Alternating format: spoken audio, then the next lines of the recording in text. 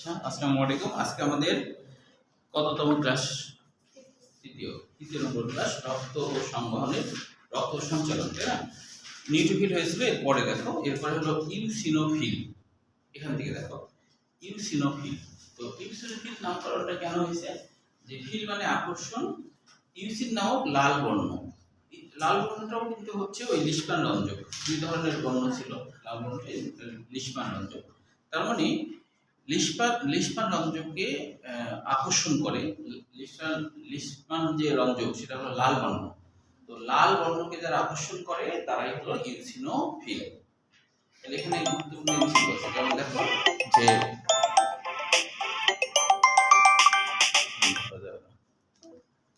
যেমন দেখো যে ইউসিনোফিলের এখানে বেশ কিছু গুরুত্বপূর্ণ আছে। এগুলো সংখ্যায় 2 থেকে 4%। তারপর হলো যে দানাগুলো ইউসিন রঞ্জকে লাল বর্ণ ধারণ করে, অর্থাৎ যে ইউসিসিপি আসলে তো এরা শ্বেতকণিকা বর্ণহীন, তাই না? তাহলে এই বর্ণহীন অবস্থা কিন্তু যদি লিশমান রঞ্জকে দেওয়া হয় তাহলে লাল হয়ে যায়। হ্যাঁ, দানাগুলা লাল হয়ে যায়, তো ওটা বলছে লাল বর্ণ ধারণ করে। নিউক্লিয়াস সাধারণত 2 খণ্ডক যুক্ত, এগুলো খুবই গুরুত্বপূর্ণ। এদের ব্যাস 12 থেকে 17 এবং আয়ুষ্কাল হলো 8 থেকে 12। জাহাঙ্গীরনগর ইউনিভার্সিটিতে 20 সালে আসছিল আয়ুষ্কালটা।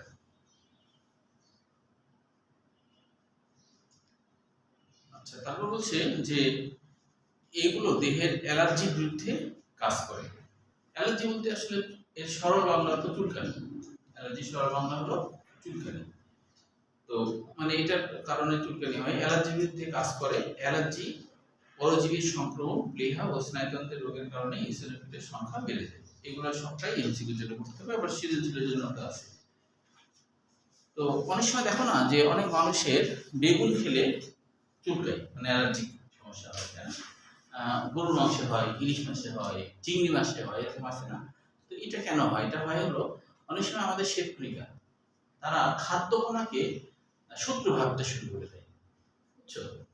খাদ্যকণা যখন রক্ত রসে যখন ঘুরে বেড়ায়, মানে চলে গেছে, কোষে ঢুকিনি, তার আগে রক্ত রসে মিশে আছে, তখন ওগুলাকে ওরা শত্রু মনে করে।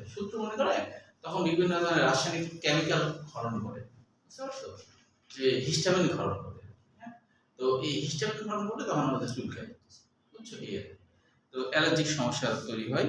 তো ওই জীবাণুকে ধ্বংস করার জন্য এটা হয়, কিন্তু আসলে এটা দরকার ছিল না, কারণ এটা হচ্ছে খাদ্য কণা, কিন্তু এরা ভুল বুঝে এই রিঅ্যাকশনটা দেখায়, বুঝতে পারছো? ভুল বুঝা, যেমন মানুষের মধ্যে অনেক মাথা মোটা মানুষ আছে না, ভুল বুঝা অনেক কিছু করে, সেরকম শ্বেতকণিকার মধ্যে ভুল বুঝার কারণ আসলে জিন। অর্থাৎ ওই শ্বেতকণিকাতে যে জিনগুলো আছে, ওই জিনগুলোর সফটওয়্যার ঠিক নাই, উল্টাপাল্টা, মানে সৃষ্টিগতভাবে জন্মগতভাবে ওর সফটওয়্যারে একটু সমস্যা আছে, ইঞ্জিনিয়ারিং এর সমস্যা আছে, মানে জিনের মধ্যে সমস্যা আছে। ওই জিনের সমস্যার কারণে এটা হচ্ছে, বুঝতে পারছো? আমরা হয়েছি, আমাদের হওয়ার পিছনে আমাদের কি কোনো শ্রম আছে? কোনো শ্রম নাই, তাই কি না? এটা সম্পূর্ণ স্রষ্টার ইচ্ছা, যে স্রষ্টা জীবকে খেলিয়ে আমাদেরকে মানুষ বানাইছে। আমাদেরকে গুরু বানালে কিছু করার ছিল? প্রতিবাদ করার ছিল? কোনো প্রতিবাদ করার নেই। হ্যাঁ, এই আর কি। আবার তোমার ইচ্ছা মতো হয়নি, তুমি কি চাইলেই তুমি ট্রাম্পের ঘরে জন্মাতে পারবা? সম্ভব, ঠিক না? অবশ্য ট্রাম্পের ঘরে কেউ জন্মাতে চাইবেও না, যে পাগলের পাগল, তাই না? আচ্ছা, এবার দেখো বেসোফিল। তাহলে দেখো বেস মানে ক্ষার না, তাহলে ক্ষার আসক্তি, যারা ক্ষার আসক্তি, তাহলে যে শ্বেতকণিকা এগুলা ক্ষারে আসক্ত এবং নীল বর্ণ ধারণ করে। আগে যেমন আগে ছিল না নিউট্রোফিল, নিউট্রাল, আর এরা কিন্তু নিউট্রাল না, এরা কিছু না কিছু কালার দিচ্ছে, তাই না? এই তাহলে হচ্ছে যে এরা হলো নীল বর্ণ ধারণ করে। এখানে এমসিকিউ জন্য লাগবে শ্বেতকণিকার সবচেয়ে কম। হ্যাঁ, এটা পেশেন্টের যে খাটটাই নীল, তাহলে আগেরটা কি এটা কি অম্ল? হ্যাঁ হ্যাঁ, অবশ্যই অম্লপ্রেমী। এটা একটু লিখে রাখো, ইউসিনোফিল অম্লপ্রেমী। এরা হলো অম্লধর্মী বা অম্লপ্রেমী, এটা লিখে রাখো। আর এটা মনে রাখতে পারো যে যে মানে মনে রাখার জন্য আর কি, যে ইসোনোফিল ইলা মনে রাখতে পারো। ইসোনোফিল ইলা, ইলা মানে কি? ইতে হর্ষতে ইসোনোফিল, লাতে কি? লাল। তার মানে হলো ইউসিন রঞ্জকের লাল বর্ণ ধারণ করে, ইলা মনে রাখতে পারো, তাই না? আর এটা মনে রাখতে পারো বেনি, বেসোফিল কি? বেনি, বেনি মনে রাখতে পারো, তাই না? বেসোফিল নিতে নীল, লেখা রাখো বই, তাহলে মনে থাকবে। ভুলে গেলে এই দুইটা শব্দের মাধ্যমে মনে রাখতে হবে। ইলা আর বেনি, ইলা আর বেনি। ইলা বেনি, ইলা বেনি দুই বোন, তাই না? ইলা বেনি দুই বোন, এটা মনে রাখতে হবে, তাই না? ঠিক কিনা? তারপরে তোমাদের বাচ্চা কাচ্চা বলে ইলা বেনি নাম রাখবে না। এটা পছন্দ হয়ে গেছে নাকি? এটাই রাখি। আমাদের সময় এসে আমরা যখন ইন্টারমিডিয়েটে পড়তাম, রাজশাহী কলেজে একটা রাজশাহী কলেজে পড়তাম, তো রাজশাহী কলেজে একটা স্যার ছিল আমাদের এলাকায়। হ্যাঁ, তো ওই স্যার হচ্ছে যে তার ছেলের নাম কেমিস্ট্রি থাকতো, তার ছেলের নাম রাখছিল ডালটন, মানে বৈজ্ঞানিক নাম দিয়ে।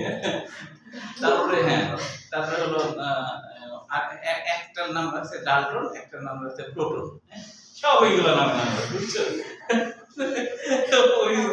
ওই স্যার এখন সব এই কেমিস্ট্রি ইয়ে সব দিয়ে নাম রাখতো। এখন চিন্তা করছি যে দুই ভাই অনেকগুলো যেতে হতো না, সবই ওই সব নাম রাখতো, তাই তো মনে হয়, তাই না? সব ইলেকট্রন, প্রোটন, নিউট্রন সব। তাহলে বেসিক্যালি মনে রাখতে হবে শ্বেতকণিকার সবচেয়ে কম 0.5 থেকে 1% বেসিক্যাল ধরনের হয়। এটাও এমসিকিউর জন্য গুরুত্বপূর্ণ। আর এরা নীলবর্ণ, তারপরে এদের নিউক্লিয়াস 2 খণ্ড বিশিষ্ট এবং বৃক্কাকার। নিউক্লিয়াস দেখতে বৃক্কের মতো। এদের ব্যাস কত? 12 থেকে 15 মাইক্রোমিটার। আয়ুষ্কাল, এটা জাহাঙ্গীরনগর বিশ্ববিদ্যালয়ে আসছিল 20 সালে। আয়ুষ্কাল হলো জাহাঙ্গীরনগর বিশ্ববিদ্যালয়ে 20 সালে আসছিল। আয়ুষ্কাল কত? জাহাঙ্গীরনগরে 20 সালে আসছিল। এরপরে দেখো যে মেডিকেল একটা কোশ্চেন আসছিল যে কোন কোষ হেপারিন তৈরি ও নিঃসরণ করে? সেটা হলো বেসোফিল। কোন কোষ হেপারিন তৈরি ও নিঃসরণ করে?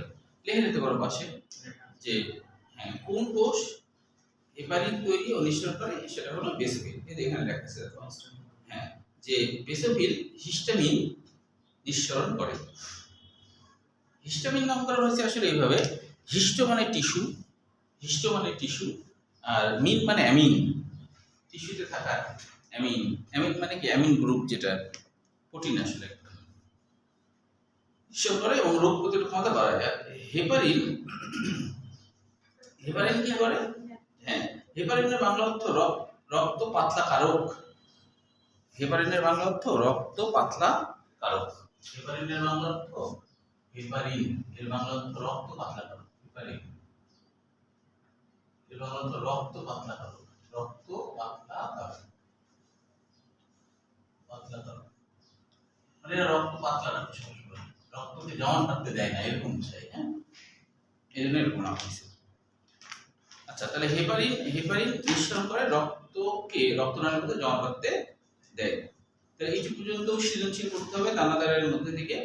এবার দেখো শ্বেতকণিকার কাজ, এখান থেকে আসছে। এখানে আরো কিছু আসছে, যেমন হলো যে হেপারিন হচ্ছে যে এই যে রক্তনালীকে জমা করতে দেয় না। ডেন্টালে 24 সালে আসছে, রাজশাহী ইউনিভার্সিটি 23 সালে, এছাড়াও জগন্নাথ ইউনিভার্সিটি 23 সালে আসছে। মানে এখানে ভালোই কোশ্চেন আসছে।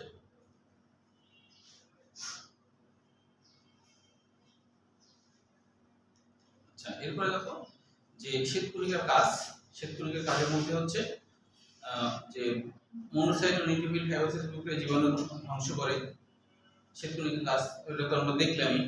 লিম্ফোসাইট অ্যান্টিবডি সৃষ্টি করে, এটা রাজশাহী ইউনিভার্সিটি 23 সাল, আর একই সাথে এটা আসছে জাহাঙ্গীরনগরে 20 সালে। লিম্ফোসাইট অ্যান্টিবডি সৃষ্টি করে। পছন্দ করতে ওরা বেশি। বেসোফিল হেপারিন উৎপন্ন করে রক্তনালীর অভ্যন্তরে রক্ত জমাট রোধ করে।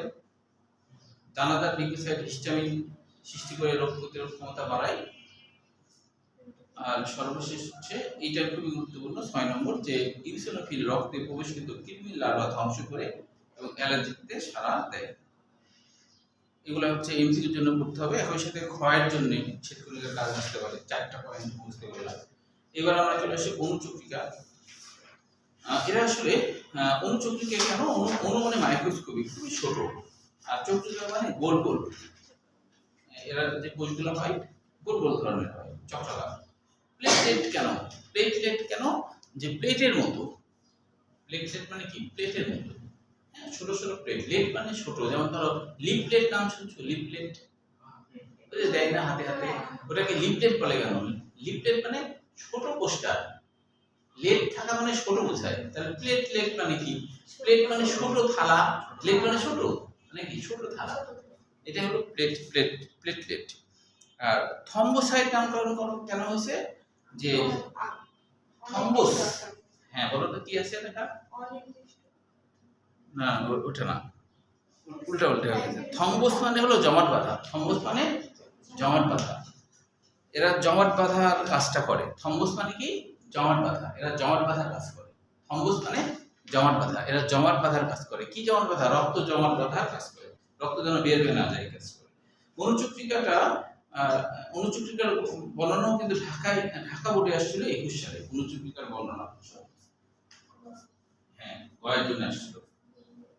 তারপরে এটাও কিন্তু সৃজনশীলের জন্য পড়ে রাখতে হবে। তাহলে এখানে দেখো এমসিকিউ এখান থেকে অনেক আসছে, যেমন হলো যে আর্ম ফোর্স মেডিকেলে আসছে 21 সালে, যে দেহের লাল অস্থিমজ্জায় মেগাক্যারিওসাইট নামে বড় কোষ থেকে উৎপন্ন হয়। কারণ এরা উৎপন্ন হয় লাল অস্থিমজ্জায়। মেগাক্যারিওসাইট মানে তো বুঝতেই পারছো, মেগা মানে বড়, ক্যারিয়ন মানে নিউক্লিয়াস। যখন অস্থিমজ্জার মধ্যে কোনো কোষের নিউক্লিয়াস বড় হয়ে যাচ্ছে, হ্যাঁ এরকম অবস্থায় অনুচক্রিকা দ্বারা হচ্ছে। তো হওয়ার সময় যে বড় হয়ে গেল না, এই জন্য আর কি এর নাম হলো মেগাক্যারিওসাইট। রক্ত রসে, এটা আসে আর্ম ফোর্স মেডিকেল 21।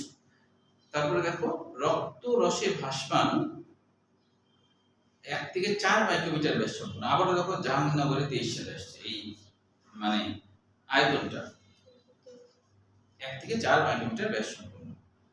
আচ্ছা, তারপরে হলো এরা নিউক্লিয়াস বিহীন, এটা মনে রাখবা। তারপর হলো প্রতি ঘন মিলিলিটার রক্তে প্রায় 1,50,000 থেকে 4 লাখ অনুচক্রিকা থাকতে পারে। এটা হলো জগন্নাথে আসছে 23 সালে। তারপর এটাও মনে রাখতে হবে, প্রতিদিন প্রায় 200 মিলিয়ন বা 20,000 কোটি অনুচক্রিকা উৎপন্ন হয়। রক্তস্রোতে প্রবেশের পর এদের জীবনকাল 5 থেকে 9। এটা আবার আসছে আর্ম ফোর্স মেডিকেল 22 সালে, জাহাঙ্গীরনগরে 23 সালে। এগুলো এমসিকিউর জন্য পড়বা, সৃজনশীলের জন্য গোটাটাই পড়বা। এবার দেখো অনুচক্রিকার কাজ, এগুলো ক্ষয়ের জন্য দিতে পারে। দেখো যে আচ্ছা একটা কোশ্চেন আসছিল, এটা বইয়ে সরাসরি লেখা নাই, সবথেকে ক্ষুদ্র রক্তকণিকা কোনটি? উত্তর হলো অনুচক্রিকা। সবথেকে ক্ষুদ্র রক্তকণিকা কোনটি? উত্তর হলো অনুচক্রিকা। এটাও জাহাঙ্গীরে 23 সালে আসছে। সবথেকে ক্ষুদ্র অনুচক্রিকা, হ্যাঁ একটু বেশি আসছে। সবথেকে ক্ষুদ্র অনুচক্রিকা কোনটি? সবথেকে ক্ষুদ্র রক্তকণিকা কোনটি? অনুচক্রিকা, জাহাঙ্গীরে 23। আচ্ছা, অনুচক্রিকার কাজের মধ্যে হচ্ছে অয়েসাইট প্লেটলেট প্লাক সৃষ্টির মাধ্যমে রক্তপাত বলতে পারে। প্লাক মানে সিপি, প্লাক মানে সিপি, যে জায়গায় কেটে যায়, কাটা জায়গায় সিপির মতো প্রলেপ তৈরি করে ফেলতে পারে। অনুচক্রিকা এমন কিছু রাসায়নিক উপাদান তৈরি করে যেটাতে সিপির মতো একটা প্রলেপ তৈরি করে ফেলে। এটাকেই বলা হচ্ছে যে প্লেটলেট প্লাক, প্লেটলেট প্লাক। আচ্ছা, তারপরে দেখো রক্ত জমাট বাঁধা ত্বরান্বিত করতে বিভিন্ন প্রোটিন, জার্মান শব্দ প্লট মানে জমাট বাঁধা, জার্মান শব্দ প্লট, প্লট, প্লট, প্লট না প্লট, জার্মান শব্দ প্লট, প্লট মানে জমাট বাঁধা, এটা জার্মান শব্দ, বুঝছো? জমাট বাঁধা এটা জার্মান শব্দ, প্লট মানে জমাট বাঁধা, জার্মান শব্দ প্লট মানে জমাট বাঁধা।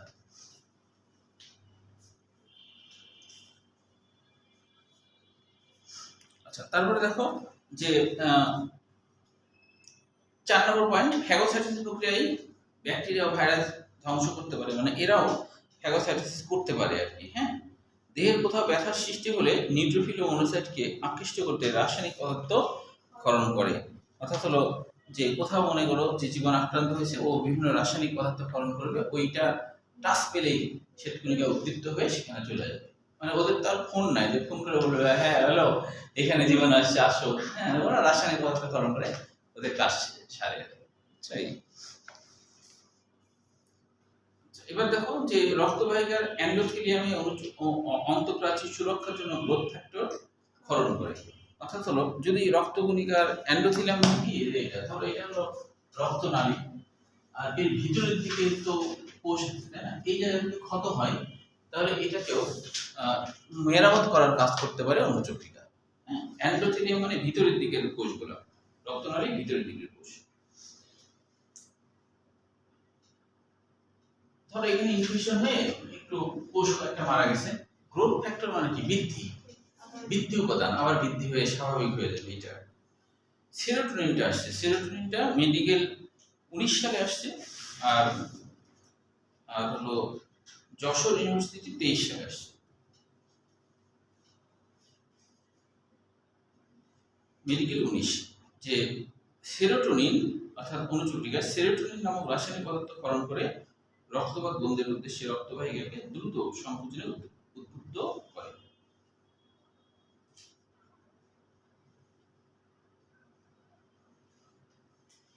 স্বাভাবিক থেকে অনেক বেশি অনুচক্রিকা থাকলে রক্তনালীর ভিতরে অদরকারি রক্ত জমাট সৃষ্টি, স্ট্রোক ও হার্ট অ্যাটাকের, মানে যদি অনেক বেশি স্বাভাবিক থেকে বেশি অনুচক্রিকা থাকে সেটা আবার বিপদ, রক্ত শরীরের ভিতরে জমা বেঁধে যেতে পারে, তখন তো স্ট্রোক হার্ট অ্যাটাক হতে পারে। এটা বলছে। তাহলে এখানে এমসিকিউর জন্য গুরুত্বপূর্ণ, আবার এটা ক্ষয়ের জন্য আসতে পারে। এগুলো পড়বা, 4টা পড়বা, মানে ক্ষয়ের জন্য 4টা বৈশিষ্ট্য পড়বা। এবার দেখো এটাও ক্ষয়ের জন্য রাজশাহী বোর্ড 22 সালে আসছিল। রক্ত কণিকাগুলোকে রক্তকোষ বলা হয় কেন? এই রক্তকোষ বলা হয় না কেন? রক্তকণিকা, হ্যাঁ, এরা কিন্তু আগেও বলছিলাম, তাই না? এখানে কোষীয় অঙ্গাণুটা মনে থাকে না, এরা নিজেরা রিডিং করলে বুঝতে পারবে। এরপরে পৃষ্ঠা দেখো, পরে পৃষ্ঠা এই 4টের মধ্যে দিকেও তোমরা মুখস্থ রাখতে পারো। এগুলো আগে যা পড়ছো এখানে আবার নতুন করে দিয়েছে, এগুলো একটু মুখস্থ রাখতে পারো। যেমন দেখো মনোসাইট থেকে আসছে, বাম দিকে মনোসাইট আসছে না, রাজশাহী ইউনিভার্সিটি 23 সালে আসছে। যে মনোসাইটের গঠন বৈশিষ্ট্যে আসছে যে দানাবিহীন সাইটোপ্লাজম, মনোসাইটের গঠন বৈশিষ্ট্য দানাবিহীন সাইটোপ্লাজম, এটা রাজশাহী ইউনিভার্সিটি 23 সালে আসছে। তারপর আরেকটা আসছে যে আনুবীক্ষণিক সৈনিক বলা হয় কোনটিকে? আনুবীক্ষণিক সৈনিক বলা হয় কোনটিকে? এটা তো জানো যে শ্বেতকণিকা মূলত, তবে এটা লিম্ফোসাইট আসছিল, লিম্ফোসাইট হতে এক ধরনের শ্বেতকণিকা, এটাও রাজশাহী ইউনিভার্সিটি 23 সালে আসছে। আনুবীক্ষণিক সৈনিক, আনুবীক্ষণিক সৈনিক মানে বুঝে তো, মানে যেটা মাইক্রোস্কোপ ছাড়া দেখা যায় না, কিন্তু এটা তো সৈনিকের মতো কাজ করতে না, তাইছো? না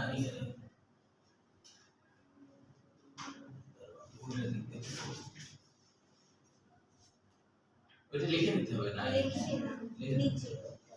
লিম্ফোসাইটে দিয়ে লিখে নাও, মানে সরাসরি একদম মনোসাইটটা তো আছে, ধরো মনোসাইটের ওখানে লেখো, মনোসাইটের ওখানে দেখো প্রথমটা মনোসাইট, মনোসাইট পেয়েছো কিন্তু?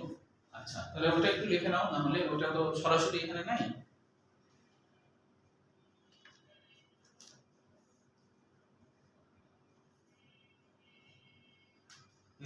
আচ্ছা, এবার দেখো, এবার আমরা চলে আসি যে নিচের দিকে এই পার্থক্যগুলা কুমিল্লা বোর্ড 21 সালে গয়ের জন্য আসছিল, কারণ এই পার্থক্যগুলাও করতে হবে, এটা সৃজনশীল হিসাবে এসেছে একবার। হ্যাঁ, তাহলে এখানে যে 6টা পার্থক্য আছে 6টাই মুখস্থ রাখতে হবে, তাহলে এটা ইনফিউজের জন্য হবে, তাই না? এটা কিন্তু সৃজনশীল হিসেবে আসছিল কুমিল্লা বোর্ড 21 সাল, লিখে রাখো কুমিল্লা বোর্ড 21 সাল। তাহলে তোমার একটু পড়ার আগ্রহ থাকবে, জানি এটা তো বোর্ড পরীক্ষায় আসছে, তাহলে আমি পড়ি, তাই না? এই জন্যই লিখে রাখা ভালো। আচ্ছা, এবার আমরা চলে আসি পরের পৃষ্ঠায়, যেখানে আছে রক্ত জমাট বাঁধা, রক্ততঞ্চন বা ব্লাড ক্লটিং। মানবদেহের রক্তবাহিকার অভ্যন্তরে রক্ত জমাট বাঁধতে পারে না, কারণ বাহিকার অন্তঃস্থ প্রাচীর থাকে মসৃণ এবং রক্তে হেপারিন নামে এক ধরনের মিউকোপলিস্যাকারাইড থাকে, তাই না?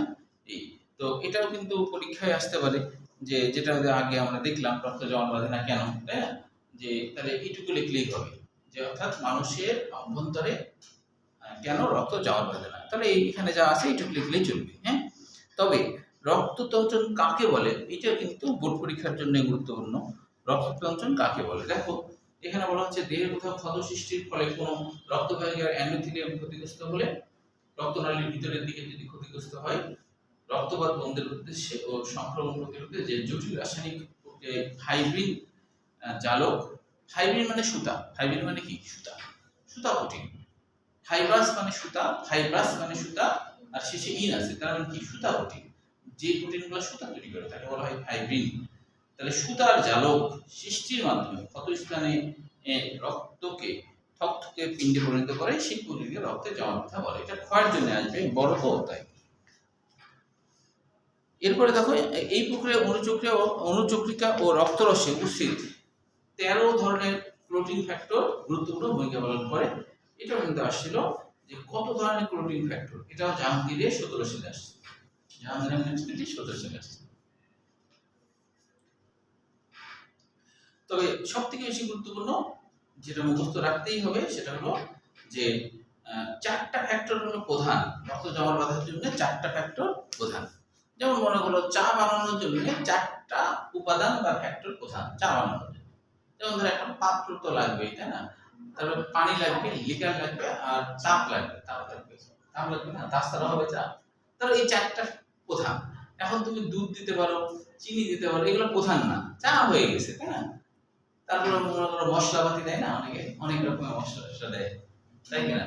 তো আমি নিজে চা বানালে অনেক মশলাপাতি দিই,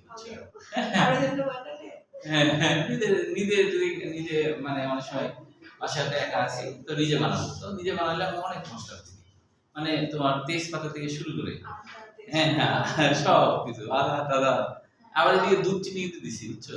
কিন্তু লবঙ্গ টবঙ্গ সব একসাথে দিয়ে, কিন্তু লিকার আবার অনেক বেশি দিই। তবে শুধু লিকার দিই না, কফি আর লিকার একসাথে করে, বুঝছো? তাহলে কি এটা কি মানে এত তো ফ্যাক্টর লাগে না, এত উপাদান লাগে চা বানাতে লাগে না, তাহলে প্রধান 4টাই কিন্তু লাগে, তাই না? ক্লটিং মানে জমাট বাঁধা, এটা জার্মান শব্দ। ক্লট থেকে ক্লটিং, ক্লট থেকে ক্লটিং। 4টা উপাদান মনে রাখবা, কারণ 4টা উপাদান পরীক্ষার জন্য খুবই গুরুত্বপূর্ণ।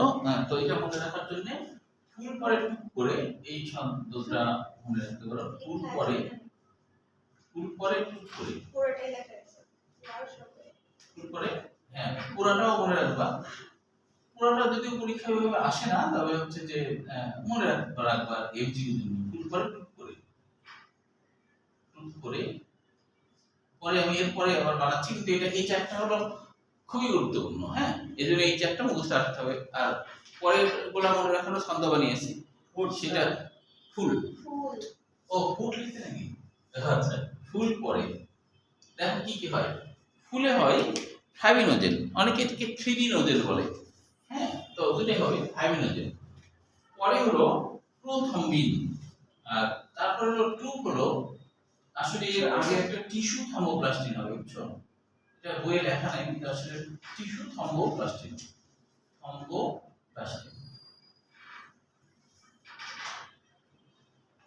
আর পরে হচ্ছে ক্যালসিয়াম, ক্যালসিয়াম আয়ন।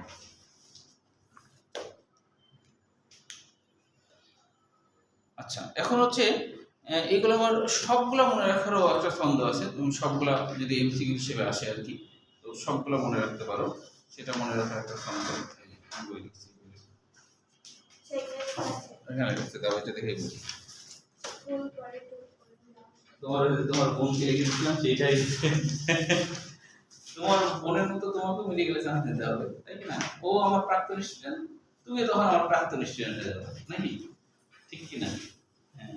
এমন সুখের দিন কোনটা জানো, যে যখন কোন স্টুডেন্ট, যেমন আমার একটা স্টুডেন্ট এসে আমাকে বলছে যে ও আর বাড়িতে একটাই সন্তান, তো ছেলে, তো ওর নাম তানভীর ছিল, তো ও বলছে যে হলো আমার হচ্ছে ডিএমসি তে হয়েছে, আবার বুয়েটে হয়েছে, তো আমি এখন হচ্ছে যে কোথায় পড়বো? আমি বললাম যে মেডিকেলে পড়বা। তো আমি বললাম তোমার ইচ্ছে কি? তো বলছে যে আমার ইচ্ছে মেডিকেলে। তো আমার আব্বুর ইচ্ছা বুয়েটে, বুয়েট খুব দামি আর কি। তাই আমরা বললাম আমি মেডিকেলে পড়বো। তো তাহলে এটা হলো সবথেকে সুখের না, যে কোনটাই দুইটা দিয়ে ভালো ভালো চান্স হয়েছে, আবার কোনটা করতে চয়েস করতে পারছে না। আর বুয়েটে হয়েছে 55তম, মেডিকেলে হয়েছে 17তম, বুঝছো? তো তাহলে চয়েস করতে হলে কোনটা হবে? তাহলে এরকম হলে বেশি ভালো। আচ্ছা দেখো, ফুল পরে টুক করে অন্যগুলা মিলানোর জন্য টুক করে লাউ সবাই এক করে, লাউ সবাই এক করে, লাউ সবাই এক করে, মানে একটি করে, এক করে মানে একটি করে।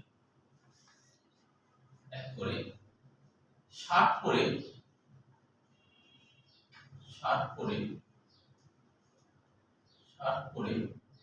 হও স্কুল, শার্ট পরে হও স্কুল,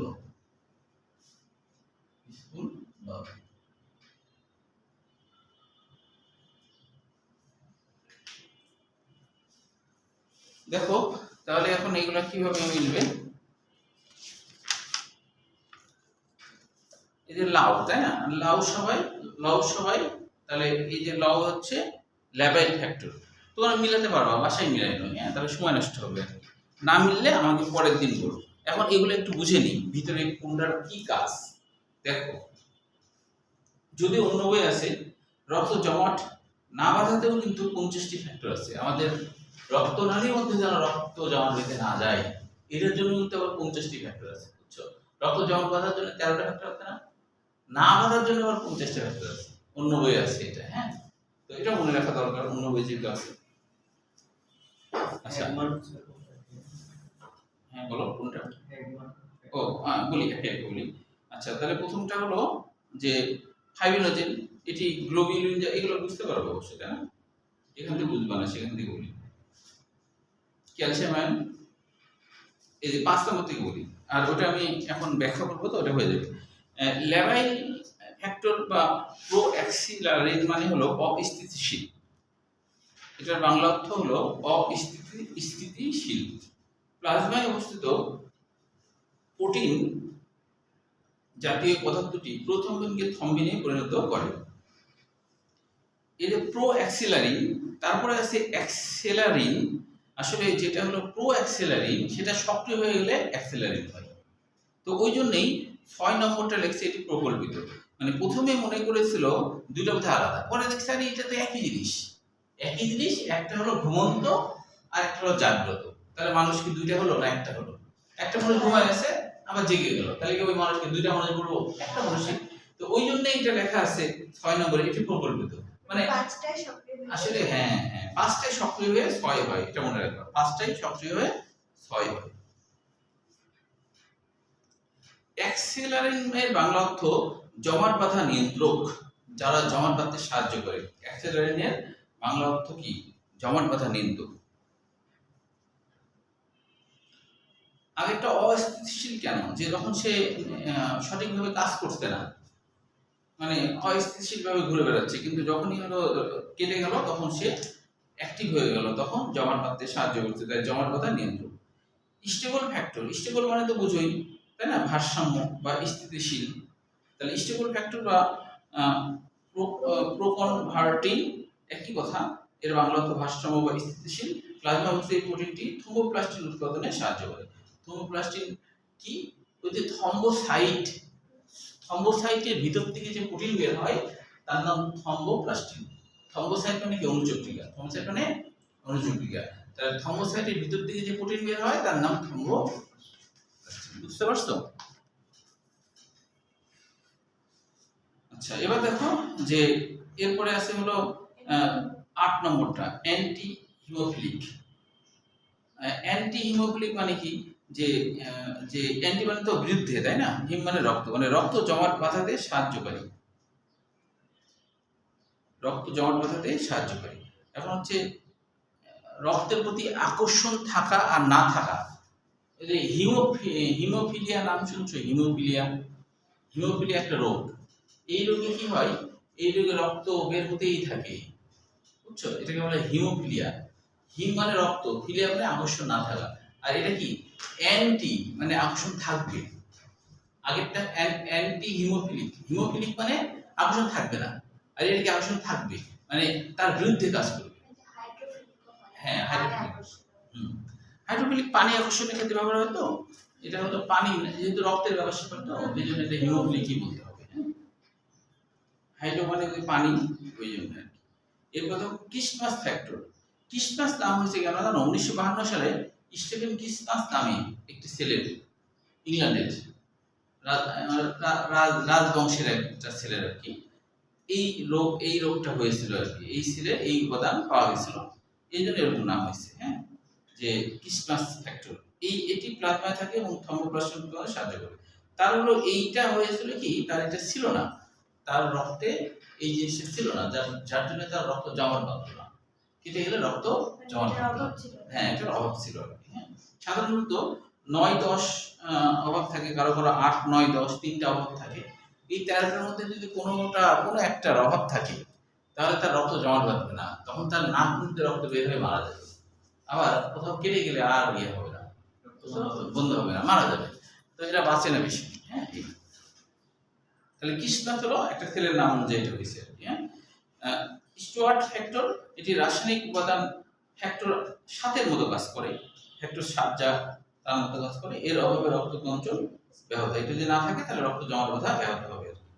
তারপর হলো প্লাজমা থ্রোম্বোপ্লাস্টিন, প্লাজমা অবস্থিত প্রোটিন, একই প্রায়। হ্যাকম্যান ফ্যাক্টর, হ্যাকম্যান তো একজন বৈজ্ঞানিকের নাম, তাই না? হ্যাকম্যান হলো একজন বৈজ্ঞানিকের নাম। তাহলে দেখো এখানে কি বলছে যে হ্যাকম্যান ফ্যাক্টরে রক্তরসে অবস্থিত এই ফ্যাক্টর ক্যালিক্রেইনকে এটা হলো অগ্ন্যাশয় থেকে নিঃসরণ হয়। ক্যালিক্রেইন মানে অগ্ন্যাশয়, ক্যালিক্রেইন মানে অগ্ন্যাশয়, ক্যালি মানে অগ্ন্যাশয়, ক্রেইন মানে অগ্ন্যাশয়কে সংকোচন প্রসারণ করে, মুভমেন্ট করায় আর কি। হ্যাঁ, যখন এখান থেকে বের হয়ে আসে, তাহলে ক্যালি মানে অগ্ন্যাশয় সক্রিয় করে। এবং প্লাজমা কাইনিন মানে রক্তের যে তরল, কাইনিন মানে রক্তনালীর প্রসারণ বোঝায় বা রক্তনালীর মুভমেন্ট বোঝায়, রক্তনালীর প্রসারণ। প্লাজমা কাইনিন, প্লাজমা মানে রক্তের তরল, কাইনিন মানে রক্তনালীর প্রসারণ নামক পদার্থ সৃষ্টি করে রক্তনালীর ভেদ্যতা ও সম্প্রসারিতা বাড়ায় দেয়। ফাইব্রিন স্টেবিলাইজিং ফ্যাক্টর, এটি ক্যালসিয়ামের সহায়তায় রক্তের নরম তঞ্চন পিণ্ডকে অদ্রবণীয় কঠিন তঞ্চলে রূপান্তরিত করে। এখন আমরা একটু রক্ত জমাট বাঁধার কৌশলটা একটু ধারাবাহিকভাবে দেখবো, তাহলে আশা করি ক্লিয়ার হয়ে যাবে। দেখো এই যা পড়লাম সেটা কিভাবে কাজ করে। তাহলে আমাদের কোথাও ধরো কেটে গেছে, তাহলে প্রথমে বলবো এটা একটা, যদিও আমি এগুলো লিখছি বোঝার সুবিধার জন্য, তোমরা যেভাবে বইয়ে দেওয়া আছে সেটাই লিখবো, আমি বোঝার সুবিধার জন্য। আমাদের হ্যাকম্যান ফ্যাক্টরটা মিলাইতে পারছি না। ও হ্যাকম্যান ফ্যাক্টর মিলাইতে পারছ না? হ্যাকম্যান একজন বৈজ্ঞানিকের নাম। তো তিনি হচ্ছে এই ফ্যাক্টরটা আবিষ্কার করতেন। তিনি দেখছেন রক্তরসে অবস্থায় একটা ফ্যাক্টর আছে, যেই ফ্যাক্টরটা কি করে ছন্দের সাথে মিলাতে পারছে না। ও ছন্দের সাথে মিলাতে পারছে না, ভাও ছিল না, ওটা কি দিয়েছো? ও বলো স্কুল বাবু, ওই হতে হ্যাকম্যান। আর স্কুলে ওই যে স্টেবিলাইজিং ফ্যাক্টর, বুঝছো? আচ্ছা বাসায় আবার দেখো, না মিললে আমাকে পরের দিন। হ্যাঁ বাবু, স্কুল বাবু তো স্কুলে যারা পড়ে তারা তো বাবুই, তাই না? তোমাদের 18 বছর আগে তোমরা এখনো বাবু, জানো? তোমরা এখনো বাবু, তোমরা এখন বিয়ে করতে পারবে না, তোমরা বাবু। খালি সুমন পারবে, যেহেতু ওর নাচের যারা সাথে একটা, তাই না? ওর কথা না থাকলে পরে যখন শুনবে তখন শুনে। দেখো কোথাও আমাদের কেটে গেল, ক্ষতস্থান কেটে গেলে যেটা হবে, কোথাও কেটে গেছে তখন হচ্ছে কাটলে যেটা হয়, আমাদের যে অনুচক্রিকাগুলো আছে না, এদের নিয়ম হলো বাতাস পেলে, বাতাসের সংস্পর্শে অনুচক্রিকাগুলো ভেঙে যায়। যেমন ওই যে সাবান ফেনা করে ফু দিলে উড়ে, বাতাস লেগে কিন্তু ফেটে যায়, তাই না? তো অনুচক্রিকার কোষঝিল্লি এতই পাতলা, বাতাস পেলে ওরা ভেঙে যায়। তাই হচ্ছে বিদীর্ণ, কেটে গেছে, বাতাস পেয়েছে, বিদীর্ণ থম্বোসাইট মানে অনুচক্রিকা, বিদীর্ণ থম্বোসাইট। থম্বোস মানে জমাট বাঁধা, তাই না? বলেছি থম্বোসাইট। তোমার সমস্যা হলে অনুচক্রিকাও লিখতে পারো, অনুচক্রিকা। থম্বোস মানে কি? জমাট বাঁধা। থম্বোস মানে জমাট বাঁধা। বিদীর্ণ থম্বোসাইট মানে ওই থম্বোসাইট ভেঙে গেছে, যেই মাত্র ভেঙে যাবে তখন সেখান থেকে কি বের হবে? সেখান থেকে থম্বোপ্লাস্টিন নামক প্রোটিন বের হবে। থম্বোপ্লাস্টিন নামক প্রোটিন বের হবে। থম্বোপ্লাস্টিন প্রোটিন বের হবে। থম্বোপ্লাস্টিন প্রোটিন বের হয়েছে। বের হওয়ার পর রক্তরসে ক্যালসিয়াম আয়ন আছে। এছাড়াও কিন্তু 7 থেকে 9 পর্যন্ত ফ্যাক্টরও কাজ করে। হ্যাঁ 10 পর্যন্ত কাজ করে, 7 থেকে 10 ক্যালসিয়াম আয়ন। এরপরে কি? এরপরে নিষ্ক্রিয় প্রথম্বিক। তোমরা একটু লিখে নাও, লিখলে এটা দেখে তোমরা বানায় লিখতে পারবে। নিষ্ক্রিয় প্রথম্বিক, এটা দেখে বানায় লিখতে পারবে। নিষ্ক্রিয় প্রথম্বিক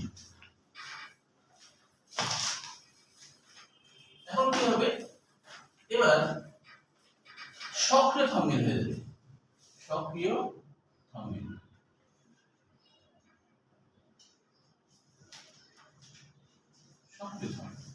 যখনই সক্রিয় হয়ে যাবে তখন তার তো যেহেতু সক্রিয় হয়েছে তার তো কাজ কাম থাকবে, তাই না? যেহেতু সক্রিয় হয়েছে তাই সে কি করবে, রক্তের মধ্যে থাকা দ্রবণীয় দ্রবণীয় বা অদানাদার দ্রবণীয় বা অদানাদার হাইড্রোজেন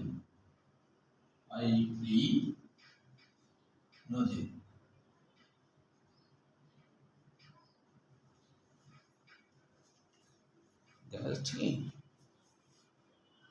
এটাতে একটু দেখা কম যাচ্ছে।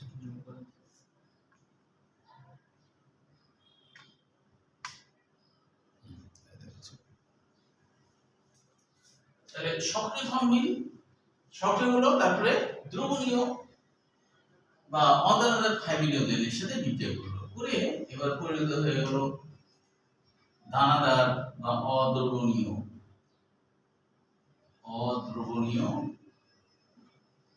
বা দানাদার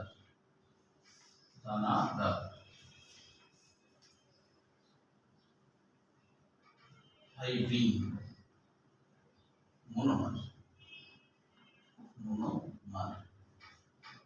তারপর কি হবে, হাইব্রিড পলিমার। হাইব্রিড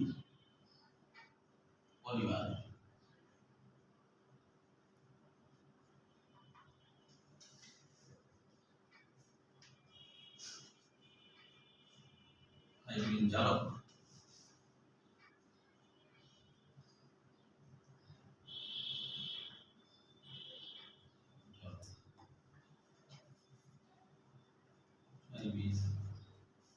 হাইব্রিড জারকে আবদ্ধ কণিকা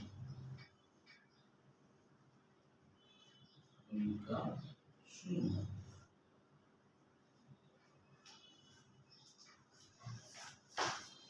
রক্তজট শেষ। এখানে আমরা একটু দেখি কাহিনী কি হয়। এটা মনে করি সেই হাইব্রিড মনোমার, হাইব্রিড পলিমার হচ্ছে।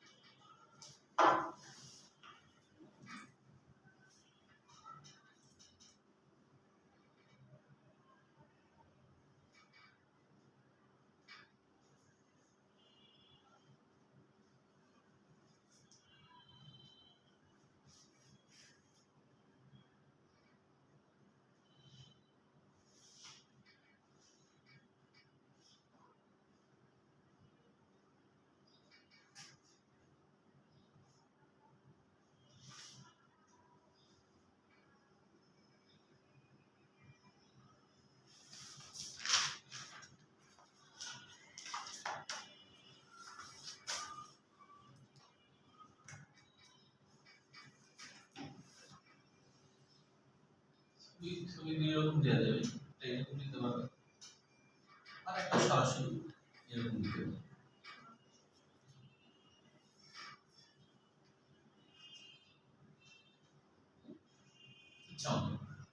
দুই রকম দেওয়া যাবে। এর মধ্যে জাল যখন তৈরি হলো তখন জালের মধ্যে রক্ত কণিকাগুলো এভাবে আটকে যাচ্ছে, কেউ আর বের হতে পারছে না। এই বড় বড় কণিকা আটকে যাচ্ছে, ওই পাশ থেকে এরকম আটকে যাচ্ছে।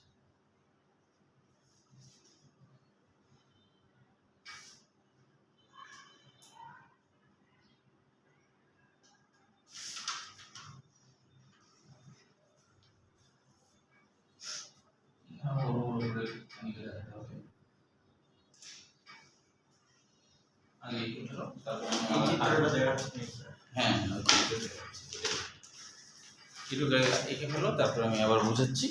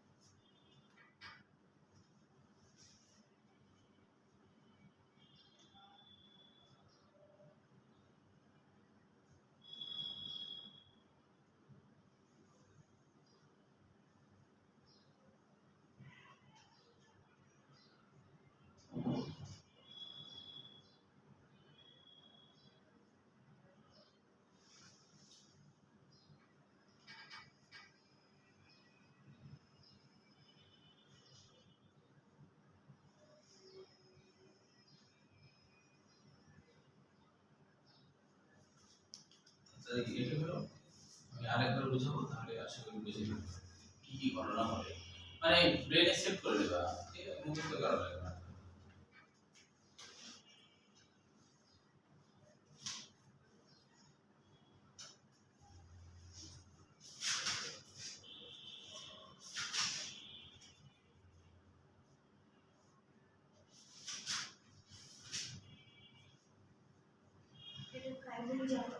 হ্যাঁ,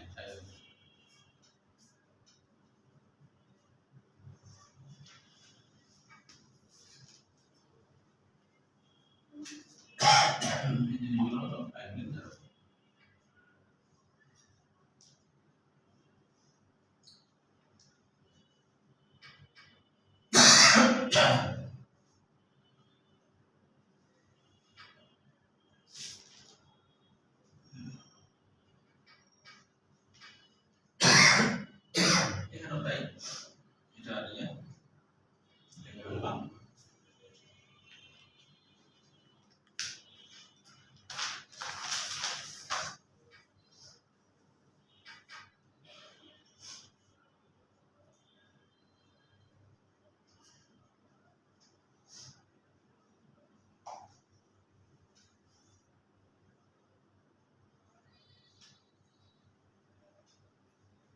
তাহলে আরেকবার দেখো, হ্যাঁ,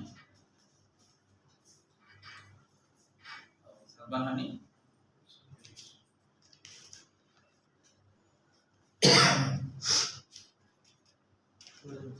আচ্ছা বলি তাহলে, একটু দেখো। আচ্ছা, তাহলে কি হয়, ধরো আমাদের কোথাও কেটে গেল, হ্যাঁ, যখন আমাদের কোথাও কেটে যাবে তখন তো বাতাস লাগবে না কাটা জায়গায়, তো কাটা জায়গায় বাতাস লাগলে এখানে যে অনুচক্রিকাগুলো আছে শুধু ওদের ঝামেলা হবে, অন্য কণিকার ঝামেলা হবে না। অনুচক্রিকা বাতাস পেলে ওর কোষ ঝিল্লি ভেঙে দেয়, যখনই ভেঙে যাবে তখন ওর মধ্যে যে মাল মশলা আছে সবই বের হবে, তাই না? তার মধ্যে এমন এক ধরনের উপাদান বের হবে যার নাম থম্বোপ্লাস্টিন। এরকম নাম কেন হলো? কারণ থম্বস মানে হলো জমাট বাঁধা। তাহলে থম্বোপ্লাস্টিন ইন থাকলে কি হয়, প্রোটিন হয় না? কোন শব্দের শেষে ইন থাকা মানে কি প্রোটিন। তাহলে থম্বোপ্লাস্টিন ওই যে ইন মানে প্রোটিন, মানে জমাট বাঁধা প্রোটিন বের হয়ে গেল। তাহলে ক্ষত স্থান দেখো, অনুচক্রিকা ভেঙে গেল, থম্বোপ্লাস্টিন বের হয়ে আসে। রক্তরসের মধ্যে ক্যালসিয়াম আয়ন আছে আর নিষ্ক্রিয় প্রথমিন আছে, এছাড়া 7 থেকে 10টা ফ্যাক্টরও এখানে বিক্রিয়া করে, সেটা মূল না, এরা মূল, এজন্য এটা দেওয়া হয়েছে। এখন দেখো এই থম্বোপ্লাস্টিন, ক্যালসিয়াম আয়ন আর ওই যে 7 থেকে 10টা ফ্যাক্টর এদের সংস্পর্শ পেয়ে এই যে নিষ্ক্রিয় প্রথমিন, কেন নিষ্ক্রিয়? কেটে না গেলে এর কিন্তু কোনো কাজ কাম নাই, বেকার ঘুরে বেড়ায়, বুঝছো, কোনো ডিউটি নাই, কিচ্ছু নাই, যখনই কেটে যাবে তখনই ও আছে। যেমন ধরো আর্মিদের, সত্যি বলতে আর্মিদের তেমন কোনো কাজ কাম নাই, তাই না? ওর কাজ কাম কখন? যখন কেটে না, যখন যুদ্ধ হবে, তাই না? যখন যুদ্ধ হবে তখন ওর কাজ না। এরকম নিষ্ক্রিয় প্রথমিন এরকম, ওর কোনো কাজ কাম নাই, ও হচ্ছে এমনি এমনি ঘুরে বেড়ায়। আর যখনই কেটে যায় ওই যে যুদ্ধ শুরু হওয়ার মতো, তখন ও তখন কি করে, এদের সাথে বিক্রিয়া করে, এদের সাথে টাচ লাগে, সক্রিয় হয়ে যায়। যেহেতু সে সক্রিয় হয়েছে তাহলে সে কি আর চুপ থাকবে? সে তো সক্রিয় হয়েছে, তাহলে সেটা কিছু করবে। ধরো তুমি বনে বেড়াতে গেছো, তো একটা বাঘ মনে করো জঙ্গলের মধ্যে ঘুমাচ্ছে, তুমি খেয়াল করবে, তুমি জুতা করে বাঘের মুখ বরাবর লাথি মারি দিলা, তাহলে ও ছিল নিষ্ক্রিয়, তাই না? ঘুমাচ্ছিল মানে নিষ্ক্রিয়, দিলা এক লাথি তাও নাক বরাবর, তাহলে ওর ঘুম ভাঙবে, সক্রিয় হয়ে গেল। এবার কি করবে? কিছু না কিছু তো করবে, হয়তো খেয়ে ফেলবে, নাহলে আদর করবে, যে কোনো একটা খেয়ে ফেলবে না? পেট ভরা থাকলে আদর করবে না, পেট ভরা থাকলে পরে খাবে,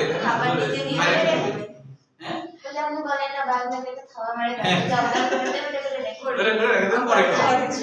হ্যাঁ, দুপুরে যদি খেয়ে থাকে তাহলে বলবে রাতে খাবো তো নাকি। তাহলে কি ও সক্রিয় হয়েছে, সক্রিয় কিছু করবে, তাহলে দেখো সক্রিয় হয়েছে কিছু করবে, সে কি করবে?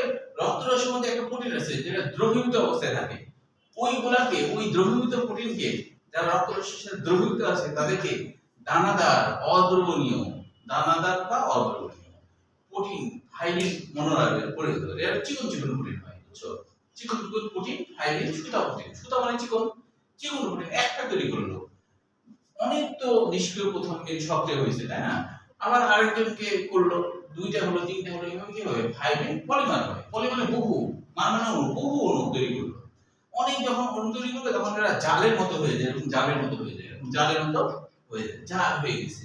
তাহলে এখন হাইড্রোজেন জালকে আবদ্ধ কণিকা সমূহ রক্ত জমাট। শেষ। কঠিন কিছু? এটা শুনলাম, এটা গল্প মনে রাখো, তাহলে কিন্তু হয়ে গেল, আর কিছু না, তাই কি না?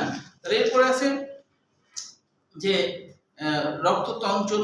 আচ্ছা, এটুকু পর্যন্তই আমি ধরবো আগামী দিন। হ্যাঁ, এটুকু পর্যন্ত ধরবো।